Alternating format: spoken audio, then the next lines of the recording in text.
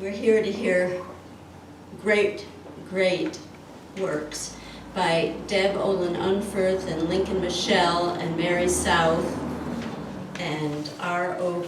Kwan and Clancy Martin. And the first up is Deb Olin Unferth, and she is the author of the memoir Revolution, The Year I Fell in Love and Went to Join the War, which was a finalist for the National Book Critics Circle Award. Also the story collection Minor Robberies and the novel Vacation, which was a winner of the Cabell First Novel Award. Her work has appeared in Noon, Harper's, the New York Times, McSweeney's, the Boston Review, Conjunctions, and elsewhere, and she has received 3 Pushcart Prizes and a Creative Capital Grant for Innovative Literature. She is an associate professor at the University of Texas, and her next book is forthcoming from Graywolf. So thank you, Deb. I've been so honored to be in Noon so many times. I think that Diane was maybe the first person to publish me, or the second, like one of the first or second to publish me. Say first. The first person to publish me, yeah. And there were so many years when I didn't think I was going to write anymore, and Diane just kept pushing me, and I know it wasn't only me, but it was also Clancy, and there were several of us, Kim Chinqui, who we were all kind of around the same age range, and we were all kind of, trying to figure out just sort of how to be writers and failing miserably, and Diane was just there encouraging us all the time, and so I feel like it's sort of this little family. So I'm just, once again, I'm so happy to be here, and so honored to be in Noon again. So I'm going to read my 3 tiny shorts that were in this issue. Decorate, decorate. I'm just going to leave it pretty empty in here, she thought. Not have any decorations that bring in mud or require too much tending. She knew better than to over-decorate. But now she worries that maybe that was wrong. She has decorated sparingly, that's for sure. She left a lot out. She hurries now to look for substitutes to drag in quickly over the grass, tries to throw out the ones that don't take up enough space, and instead puts in one that is big and bulky and requires lots and lots of attention. Now that's a decoration, she says, slapping its side. Can you top that? That decoration needs some effort, some hard work.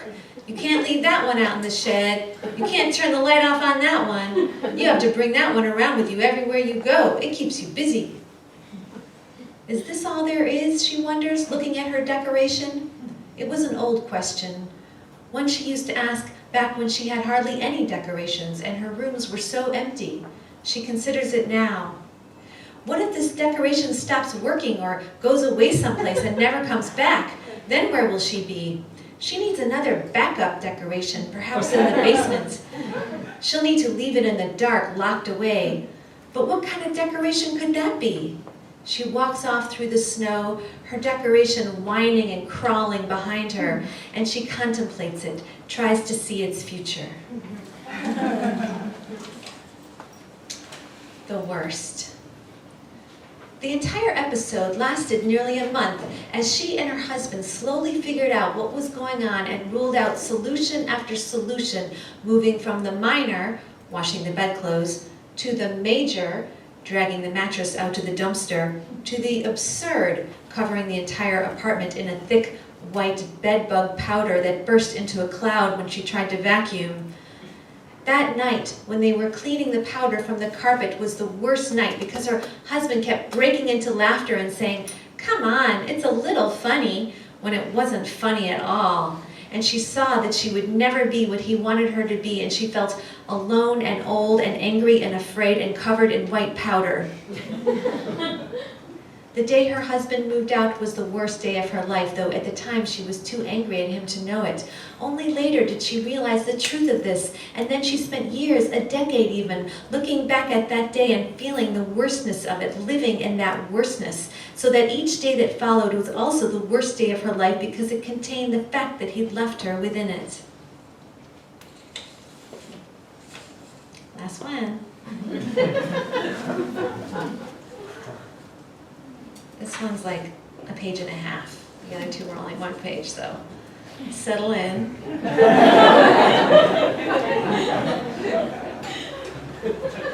The walk. The idea was to go for a walk. The baby in a stroller, the child by the hand, the path straight and scenic, the weather warm and breezy, the family fine and in good humor. But the dog got too hot and lay panting on the ground, and they'd forgotten again to bring the water. The baby, Kryptonite they called her, was in one of her moods, weeping on and off, refusing to sit in the stroller, tugging off her hat and throwing it in the dirt, so that they had to stop every few yards and retrieve the hat, pass the baby from one parent to the other, because she only wanted to be with the father, while he, exhausted, weakened, he said, kept handing her back. The father didn't want to carry the baby. He'd carried the baby yesterday when they'd gone to see the sand dunes. Kryptonite had wailed and was hot and put a fistful of sand in her mouth, and they'd forgotten to bring the water in the car then, too. He sat down in the sand for a while, calling out, "We are not having another kid," a sentence he'd been repeating the whole trip, often within earsight of the mother, to who his horror only laughed. Kryptonite always wanted the father, the mother was thinking. Both the children did. Even though without the mother they'd both be dead in a day. Kryptonite could hog a whole event anytime, anywhere. The mother couldn't manage to have a simple conversation with the father without an elaborate pause on the road to hand off baby, transfer bags, retrieve hat, and so on. Couldn't manage to have a simple joke between them like the old days. "Daddy's girl," the mother kept saying each time the baby reached for him, sweetly at first, but after a while with clenched teeth. The baby went back and forth screaming between them. The father was hot, like the dog, who kept dropping to the ground. The father worried about the dog. He felt every emotion the dog did, powerfully, felt at least as much pain as the dog did at any moment, felt the dog's hunger, felt the dog's thirst, felt the dog's loneliness and isolation at being the only one of its kind amid this crowd, felt the suffering of walking a path in the heat, wearing a heavy fur coat, of walking with no destination, no food or water, tied to a rope, dragged like a slave. The mother could tell just what the father was thinking. He didn't have to say a word. Just the way he moved his feet along the ground said it all, the mother thought for the 10th time that day. The older child was the only one among them who was having any fun. She was on her feet, too old for any stroller. She was so used to her younger sister's cries that she didn't hear them.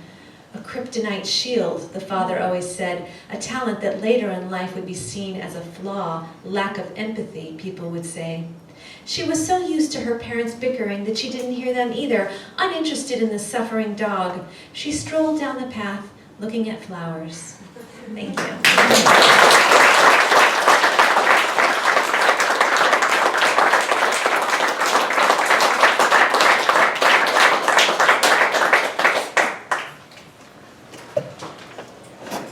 This is wonderful. Thank you, Deb, and for coming all this way from Texas. Next is Lincoln Michel.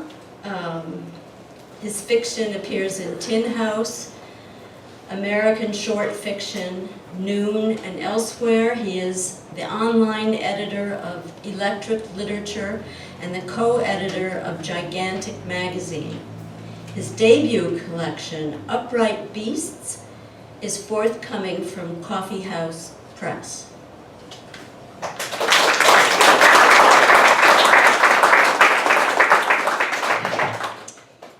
Thanks for coming out, everyone. And yeah, you know, like Deb said, this is always a really great event to be at. And Noon, I don't know, you know, we live in this age where we're writers, we write so much, and it's on Twitter, it's on blogs, it disappears, and it's very, very nice to be in a magazine that has such care in the editing and the design, and is really something you want to keep on your shelf. And I also like what Deb said about feeling something like family. I remember the first time I was in Noon, which I think was 2010, Deb sent a Facebook message and tagged everyone who was in the issue and told everyone something she really loved about each of their stories, which was just very, very nice. Okay, this story, I just have one. and it is called The Yellow Spark of Clarity. She had her revelation, the first of many, while eating what she thought was a grapefruit. The grapefruit, if it had been a grapefruit, was her breakfast before work. Work was designing logos for the division of a corporation devoted to packaging new types of fruit-shaped gummy-based candy. The grapefruit was actually a lemon and burned her tongue. The first part of the revelation was that her life was meaningless. But the second part of the revelation was that her life could be made meaningful by severing her new, enlightened state from her old, fleshy state as surely as her steak knife had sawn through the pulp of the unusually large lemon. On the subway ride, the car and people and outside world looked bright and slightly plastic, as if God had covered everything in a layer of cellophane. As a general rule, she bought lots of citruses in all different shapes and sizes. She cut them up and put them in dishes and drinks. She could not remember if the lemon had been incorrectly placed in the grapefruit section, or if she had bought the lemon from the lemon section specifically because it was so large. Or had it actually just been a sour grapefruit and not a lemon at all? Exiting the subway platform, she had the revelation that God did exist, but existed 1 second after the universe, so that he was perpetually judging without being able to touch. Her boyfriend didn't quite see it this way. You quit your job? I quit my job and moved to this city so you could keep yours. When he shouted, his mouth was an oval with 2 little nubbins at the corners. Looking at him, she had the revelation that love could only come from bitterness, and that his anger was a form of adoration. And yet, the rest of her bittersweet revelation told her that her boyfriend was a cicada shell that she had been trapped inside of for 5 years. When she told her boyfriend that, he squeezed his hair. Then he said he was glad, no, seriously, actually really fucking glad, that she was ending it because she wasn't the girl he used to know, not anymore. She grabbed an orange out of the fruit bowl and tore off the skin as she walked outside. She thought, in a yellow spark of clarity, that she was not a cicada, but the songbird who devours the cicada and then flies into the sky. Her doctor disagreed with her. He said that she had a tumor in her brain that was the size of a grape. That's not very big, she said, rubbing the rind of her scalp.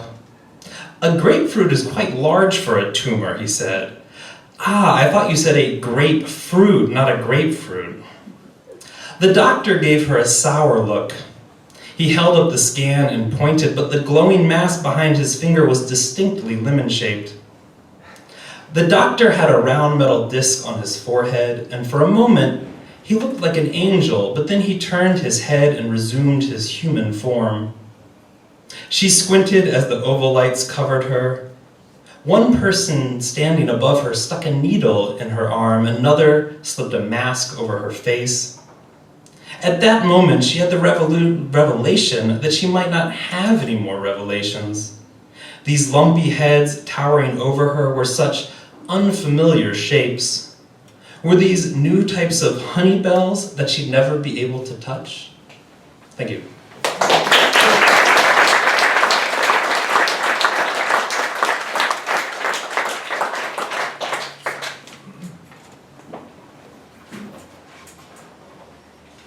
Thank you. Mary South will read next, and she is a graduate of the MFA program in fiction at Columbia University. Her writing has appeared in the New Yorker's Book Bench and Words Without Borders.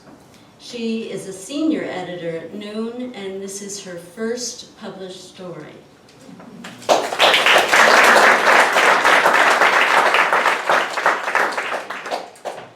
I would just like to thank Diane for her insightful edits to my story and say that I've loved being a part of bringing the journal out these past few years. So, in the fullest sense, the mask the technician fastens against the woman's face is both rigid and pliable, a plastic ribcage. he has asked her the metal question several times. Bone pins? She envisions a skeleton hung together in makeshift fashion, like so many lace alterations on a bridal dress. Behind the glass partition, the technician has an erection as he examines the scans of her brain. The technician often has this reaction to the calcified meniscuses of old men, the filament-thin femurs of children, tectonic fractures in spinal columns, white-knuckled ghostings of tumors in intestines, dendritic arbors of faulty neurons, fallopian tubes drifting, octopine. The woman is certain she can feel the biopsy incision in her skull begin to bleed. An itch of incipient follicles troubles her where she was shaved, and she has been worrying the scab and keeping the wound red and stigmata fresh. How are you doing? The technician asks. She's fine. Great, he says. The woman sneezes and sees a spattering of saliva hover and vibrate above her on the beveled wall. Do they clean this orifice after every use? Breathe in, the technician instructs. She inhales and holds her breath. The woman regrets not accepting the sedative offered to her by the nurse at the front desk. The technician is a man of restraint. He always waits until his subjects have left the premises before pleasuring himself. With a tender tug of anticipation, he shifts his genitals beneath the waistband of his scrubs. And relax. Breathe in. Okay? He asks. The woman squeezes the air from the pneumatic bulb he had placed in her hand in case of a panic attack. She signals him that her head is open. The technician retracts the platform and the woman removes her gauze to show him the surgical cartography of her scalp. I can't see what you feel, he says. Is she ready to go back in? Breathe in. The machine calms to a whimper and the platform rolls out of the hole. The woman pulls on her dirty clothing with the exception of her panties. There is a stain on the cotton that she doesn't want to touch her skin. Her hips, with their lepidopteran spread, are snappable as moth wings. The woman asks when she can expect an answer. There are no waiting patients. In their place, a janitor hums while mopping the floor. He often has such a satisfied reaction to the grime. Thank you.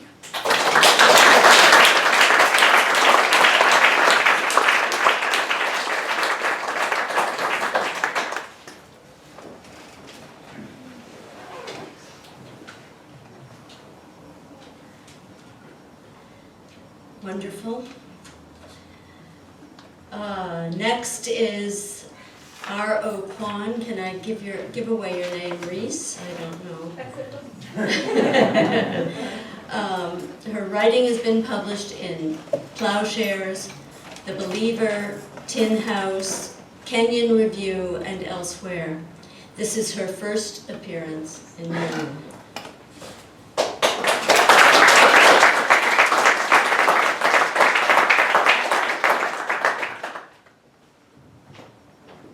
Thank you, Diane. I've loved Noon for years, and I'm so glad to be part of this. Pretty much for the past year or so, ever since in June, when I had an email from Diane, and since then, saying that she liked the piece I'd sent, pretty much since then, every time I've been, sort of down in the dumps, I've been able to think, wait, but Noon. And it's helped tremendously. And thank you, everyone, for being here. I'll read a short piece. It's titled Hay. I was at ease in the demi-monde of finance. With its new money cowboy swagger, its practitioners floated with the confidence of men. And they were all men, paid well at lucrative jobs. The hum of competence filled the office like air conditioning. I built intricate maze-like models, reveling in their fiction of a predictable world. The models multiplied, breeding hypothetical yuan. I liked Beijing, too. In physical fact, I was taller than everyone I met. My stride seemed long and tireless, a conqueror's pace, fit for seizing plunder, measuring land. Even my apartment was sized for shorter people. My feet hung off the bed. While my head approached the dollhouse ceiling, The city put up new towers that pushed against the sky. And the food. I was putting on weight. We were fed at the office, but when I left, I kept eating. For the first time since the past fall, I consistently had enough to eat. I glutted myself on roasted Peking duck and paper-wrapped trout, maipo tofu and thrice-cooked bacon, boiled, succulent jiaozi, Uyghur lamb shish kebabs, mouth-stinging Sichuan hot pots, baozi, jianbing, spiced grass carp. I thought of how often I'd had to skip meals in Knoxhurst. My pants tightened, I loosened a button, and I ate more. Still, there were limits to this equanimity. The city was hot, its inhabitants loud. After the quiet of Knoxhurst, Beijing drivers seemed especially careless. Once, on a morning in June, I came upon a 5-car pileup. Paramedics hauled blood-stained bodies from twisted cars and laid them on the asphalt. A girl in tight jeans lay in a dark pool of blood so vast, I had a senseless idea her fluids had been squeezed from her body. Then, a motorcyclist's wheel flattened the dead girl's foot. I was in Shichitai one evening, less than a mile from my apartment, but I hadn't walked much in the area. Within minutes, I was lost. I continued walking. I assumed I'd find my way. The night was blood temperature. Girls on bicycles swept past, black triangular seats pressing into tight buttocks. No one knew where I was in the old, ill-lit alleys, the zigzag streets of the Hutong, and nobody could look for me. It seemed the tranquility the hermit seeks in the wild, or the starlight on his pillar, could be found in this, the anonymity of solitude. I felt free and blameless. I'd have liked to be lost all night. Too soon, I turned a corner and came across the stalls of street food hawkers, steam coiling up in a haze from grills and open pots. At the last cart, I asked for directions in my accent in Mandarin. The vendor replied, but I couldn't understand him. A couple nearby overheard our exchange and offered to help. As they drew me a map, I noticed a girl who'd stopped to buy food. In the imperial fire of the hawker's cart, I saw the upturned stub of a nose, flat hair streaked blue, a translucent plastic backpack with nothing inside. Despite the childish bag, she looked about my age. She had excess baby fat, the kind of flesh a person could grab. When she received the change for her pancake, she examined the coins, angling her hand to the light. She tucked the money into her pants. She bit into the fried batter, her front teeth tugging free a long, tantalizing shred of bright green. She sucked her lower lip clean of oil. The girl left. I thanked the couple, and I followed her. At half a block's distance, staying on the opposite side of the street, I kept pace through the walled alleys. In the dark, it was easy to keep her in sight, the backpack bobbing ahead like a lamp. I tried to walk quietly. Pigeons alit near me, jingling bells tied to their legs. Cyclists passed. I tripped over a pile of loose bricks. Her hair bounced lightly against the backpack's plastic bulge. As the streets emptied, I had to speed up not to lose her. She was hurrying, impatient to be home, I assumed, but then I saw her glance back as she turned a corner, the round face blazing, then disappearing. Despite the pains I'd taken, she looked afraid. I'd only wanted to follow her for a few minutes, but now, accused by her panic, I felt insulted. Then I saw something pale, a paper, flutter from her hand. Thinking it might be a note, a signal, I paused to pick it up, but it was nothing. Half her pancake, crumpled into its napkin. I resumed the chase. She dog-legged left. I was losing my breath. She halted, then bent down. I saw her adjust the strap on her sandal. She broke into a run, hobbling. "Hey!" I called. Thank you.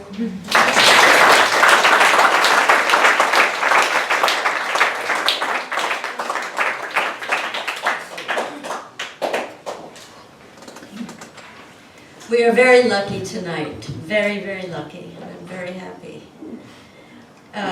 Clancy Martin has come a long distance too to be here tonight, and I'm very grateful. His contribution is, he's your big brother, he's just fine, and it's the 7th excerpt from his memoir in progress that has appeared in Noon. His book, Love and Lies, is just out from Farrar, Straus, and Giroux.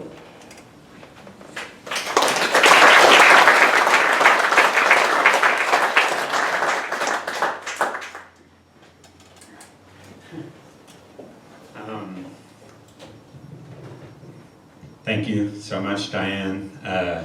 Thank you, my fellow readers, and thanks everybody for being here. Like Mary, and possibly like Deb, my first published story was in Noon. And when my students ask me about going to MFA programs, I always tell them, well, I don't really know. I can't offer you much information because I went to the MFA program of Diane Williams, which is literally true. When I was first trying to send off stories, I would put in packets, these envelopes of 20, 30, 40 stories and mail them off. And one day I got a piece of mail back. This was in 1999, I think. I'd seen an ad in the back of the Paris Review for this new journal, Noon, and I sent it off. And there were 2 stories in there, and there were like 3 or 4 sentences, and everybody up front here can identify probably with me, 3 or 4 sentences that had been circled in these 2 long stories, each story probably 15 or 20 pages, and with a little post-it note that said, these are good. If you want to keep trying, send it back. And, you know, it's a total of maybe 30 words. And so I did keep trying. And I remember with my first novel, after I'd finished the first draft of it, I sent it to Diane, and about 2 weeks later I got it back from Diane, and it had another one of those damn little yellow post-it notes on it that you treasure, and it said simply, "We all fall down sometimes." D. And that particular version of the manuscript went in the trash, and I started again. But I owe my entire career as a writer to this woman, to Diane Williams. So thank you, Diane. And Diane came up with this, Diane and I together came up with this crazy project of writing a memoir over the course of, I think our plan was 10 years, but I don't know if I'm going to be able to get it done in time, Diane. I'm going to try. The next excerpts have to get longer. But I'm going to read. She's very graciously, sorry, I'm going to have to go to the table of contents here.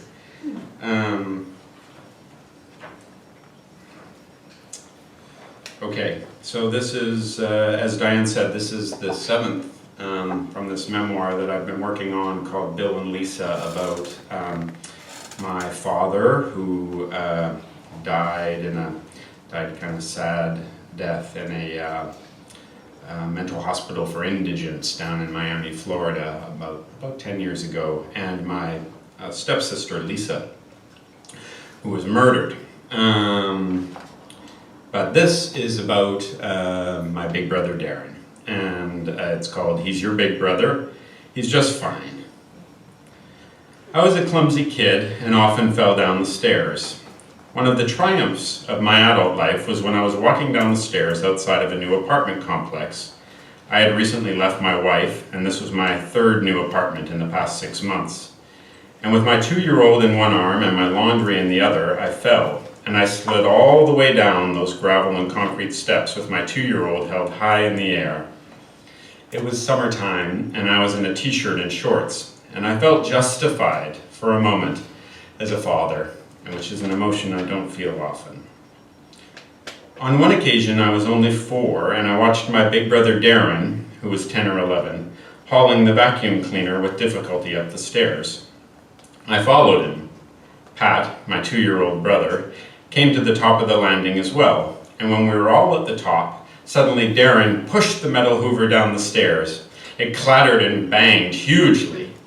Then Darren began shouting for Grandma Jarvis, who was taking care of us. "Grandma, Grandma, Patty fell down the stairs! Patty fell down the stairs!"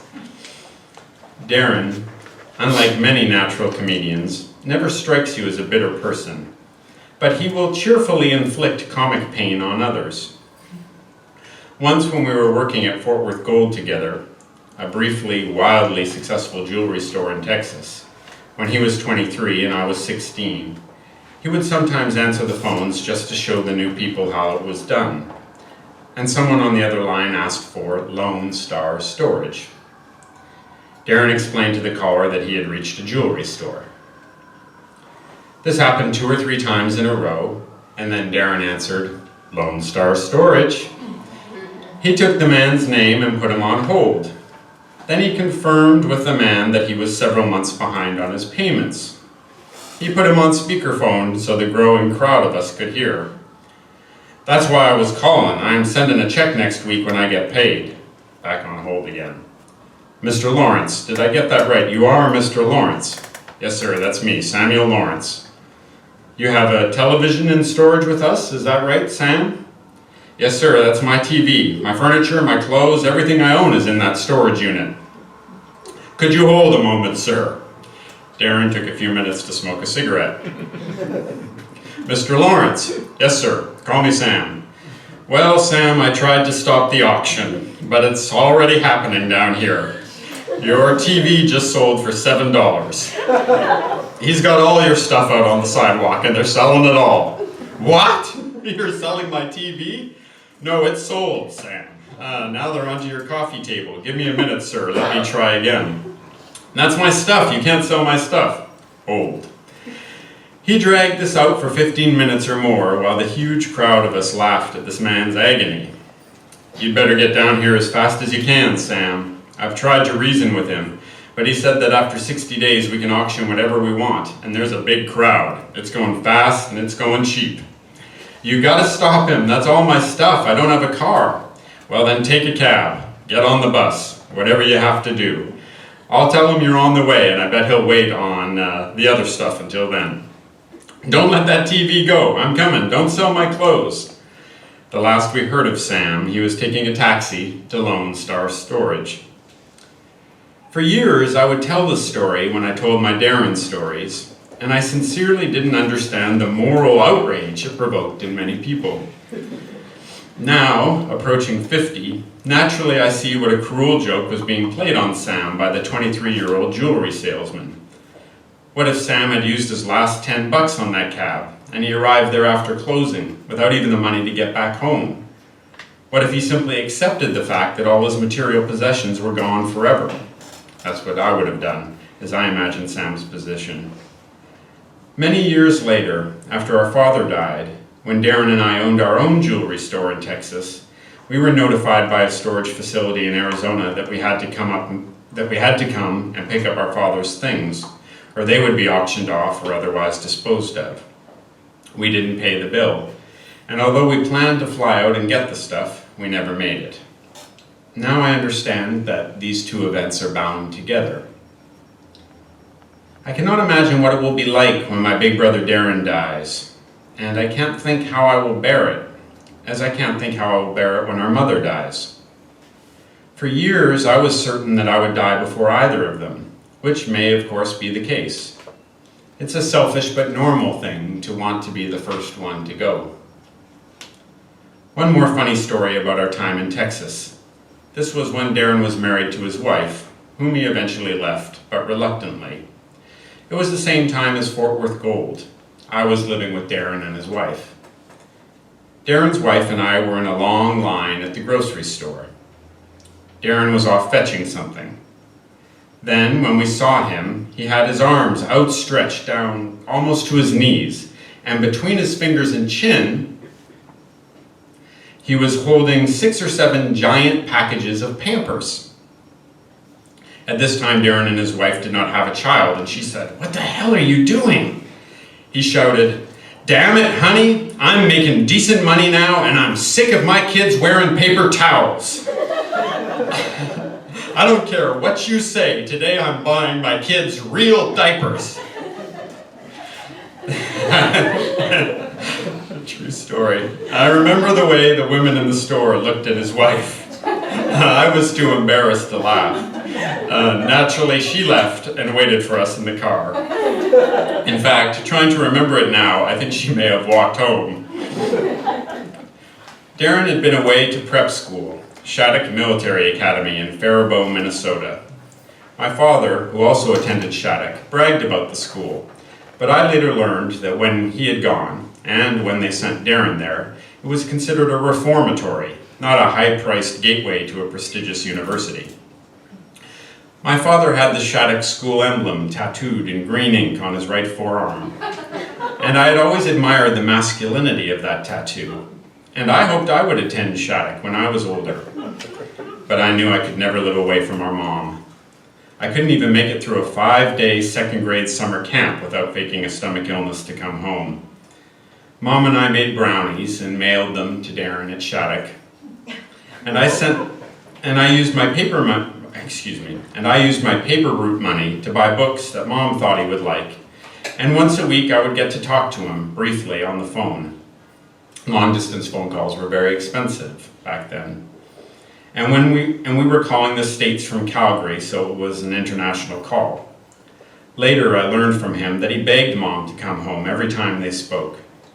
But he had been thrown out of 3 or 4 high schools in Calgary, and they, my mom and our dad, who lived in Florida, were going to make him graduate from high school. He lasted for a year. That was where I met all my drug suppliers, he told me later. I never could have been the cocaine king of Calgary if it wasn't for Shattuck. My California connections, my Denver guy, Wayne in Hawaii, they were all at Shattuck with me. When he was busted at age 18, he had 20 or 30 pounds of marijuana hidden under the sofa, and sheets of acid, and thousands of Quaaludes. But what mattered was the coke. I knew that's what they'd really put me in prison for. So when they came in, I got it and put it in the pocket of my sweater. And the last thing I did before they hauled me off was ask the cop if I could kiss Heather goodbye. Heather was his girlfriend at the time, but she waited for him while he was in prison, and then they married immediately after. And the cop said, okay. And I told Heather, honey, don't forget my sweater.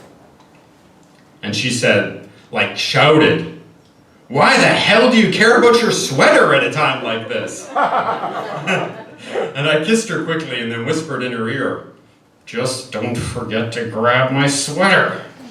And she got it, and when they tore the house apart, they never found the coke, or I'd probably still be in prison. They sentenced him to 10 years at Spy Hill. Then my dad flew to town and paid off a judge, and the sentence was reduced to 1 year. And in the end, he did a month at Spy Hill, a month at a halfway house, and a few months living in our basement under Mom's legal supervision, before moving to Texas, where Heather had an aunt. But the reason I tell this story is that if Darren hadn't been away at Shattuck, he would have gone on the one family trip I remember as a kid. And if Darren had gone, I would have gone. He was 16 then, and I was 9, and there was a big science fair. My mom and stepfather were taking all of us kids, me, my brother Pat, and 5 or 6 of our stepbrothers and stepsisters, to Vancouver for several days.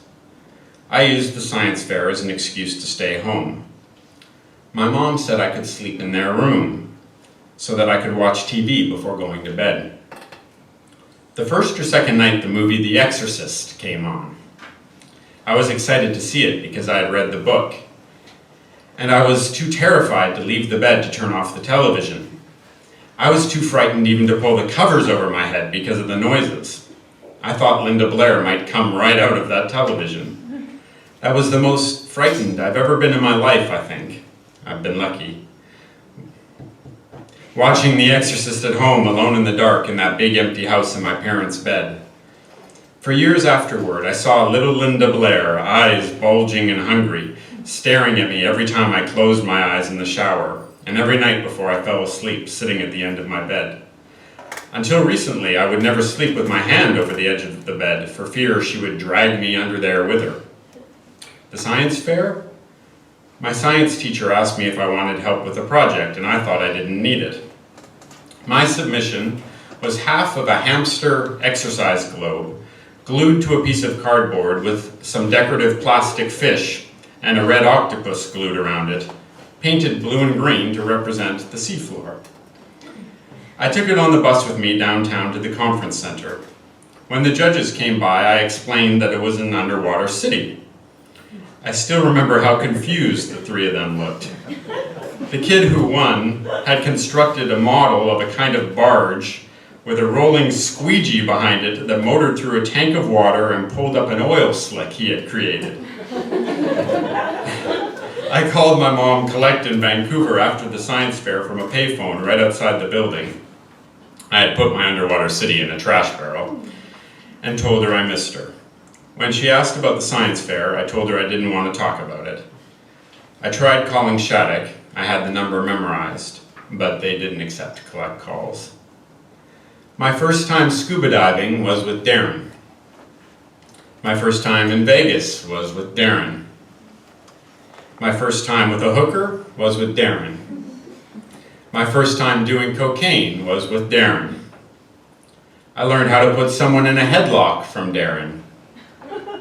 The first adult book I ever read, Papillon, was given to me by Darren. Darren gave me my first Beatles album, and my first Doors album, and my first Pink Floyd album. My first trip to Florida, and to California, and to Arizona, and to Disney World, and to Mexico, and to Bangkok, all with Darren. The first money I ever borrowed, I borrowed from Darren. When I first got a girl pregnant, I called Darren, and he paid for the abortion. My first time in a psychiatric hospital, Darren was the only family member who flew to Kansas City. My first marriage, my best man, was Darren. He also paid for the rehearsal dinner. When I dropped out of graduate school to join him in the jewelry business, he made me prove myself. There was another fellow, Richie, who was a contender to be Darren's new partner. He told us both that he was going to observe us for a month or two, and that he would decide who would win the position on the basis of who worked the hardest. He had bought out his old partner with money from a business plan Darren and I had written together. Richie and I both had keys to the store, but I knew where Darren hid his cocaine. Since this is nonfiction, I should add that he quit doing cocaine years ago, as my older brother quit years ago. I quit as well. And I was 27 at this time, despite my sweating brow. And I was 27 at this time, and unlimited coke was an advantage I had over Richie, who was 3 years younger. Coked up, I would open the store at 5 or 6 in the morning, and by the time Darren arrived, the cases would already be full, and I'd have picked the diamond melly for his jobs, and I'd be sorting colored stones or working on mailers or ideas for the coupon saver. But what mattered most was the sales board, and it was at this time in my life that I overcame my years of shyness and learned how not to let any customer leave the store without buying a piece of jewelry. I learned how to call customers and invent stories about miraculous bargains on estate deals and with wholesalers in bankruptcy to get them into the store. I learned how to create deals out of nothing. I would refuse to leave at night until I knew Darren had pulled out of the parking lot and was halfway home. Often I'd stay until he called to check to see if I was still there. My wife was 6 months pregnant, and I rarely came home before midnight. Then it was back to the store by 5 or 6.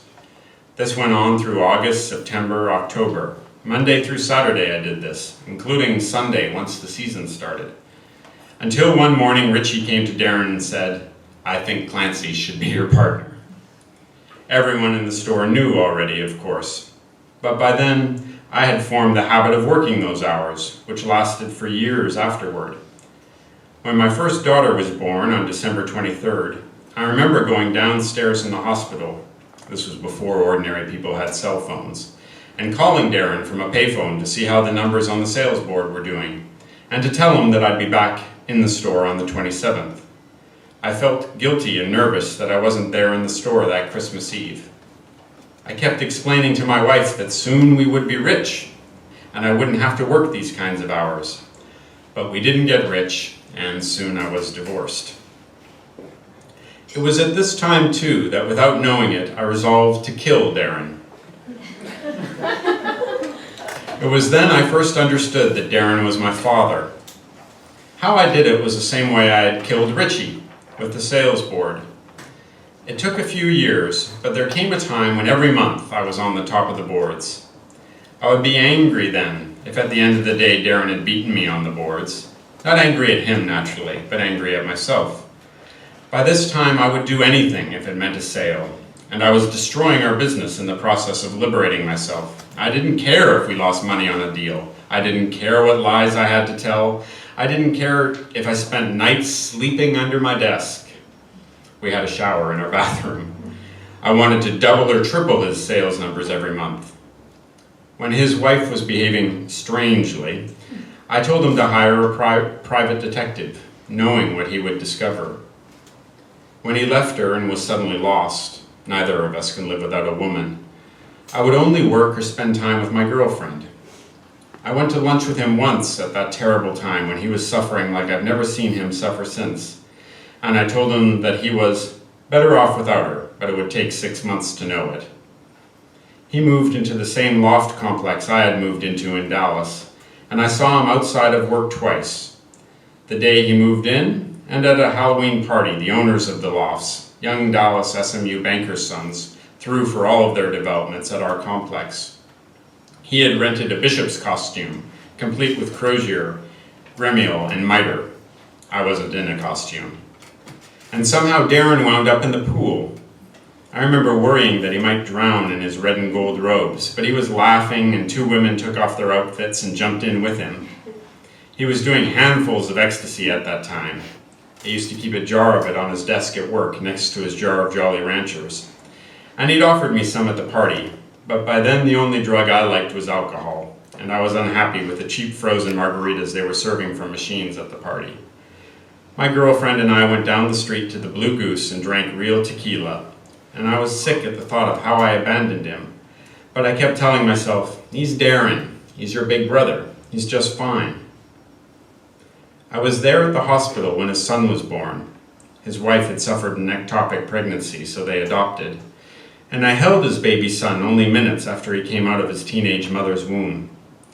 Then a nurse insisted that the mother of the infant breastfeed the baby. This was a Christian hospital in Texas. And the mother decided to take the baby home with her. For 3 days in their home, it was me, Darren, and his wife. And I called Mom to tell her how badly things were going. Darren and his wife couldn't even speak to each other. Their grief was so sickening. But then on the 4th day, the mother called and told them that she wanted them to have the baby. And I was there when they brought him home. I don't remember Darren being at the hospital for the births of any of my 3 daughters, though he must have come to Harris Methodist when my eldest was born, late that night after they closed up the store. It was 2 days before Christmas, and in the jewelry business, that is usually your best day. Funny thinking about it now, that my first daughter was born on the very day that, historically, is the most lucrative day in the jewelry industry.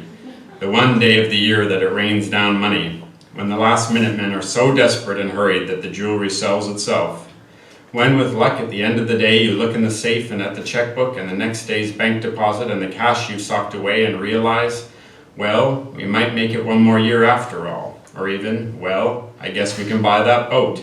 And we did 1 year. I know he didn't make it to the birth of my next 2 daughters, or to either of my next 2 weddings. But there was a time when the fratricide I had attempted had drained us both white, and it has only been in the last handful of years that the blood has come back into our brotherhood. He will be here in Kansas City next week for his son's birthday. His son, his only child, goes to college where I teach, and he'll be staying with us at our home, which my wife and I bought almost a year ago, and Darren still hasn't seen. Thank you.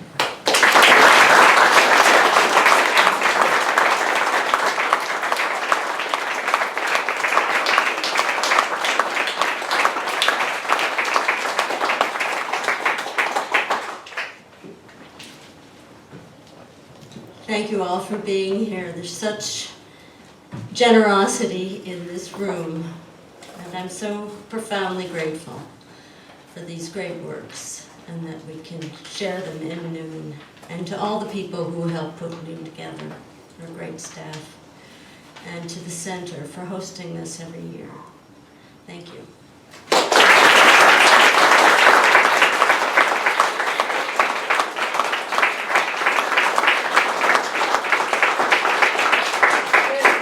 There's still wine, I believe. 2 on.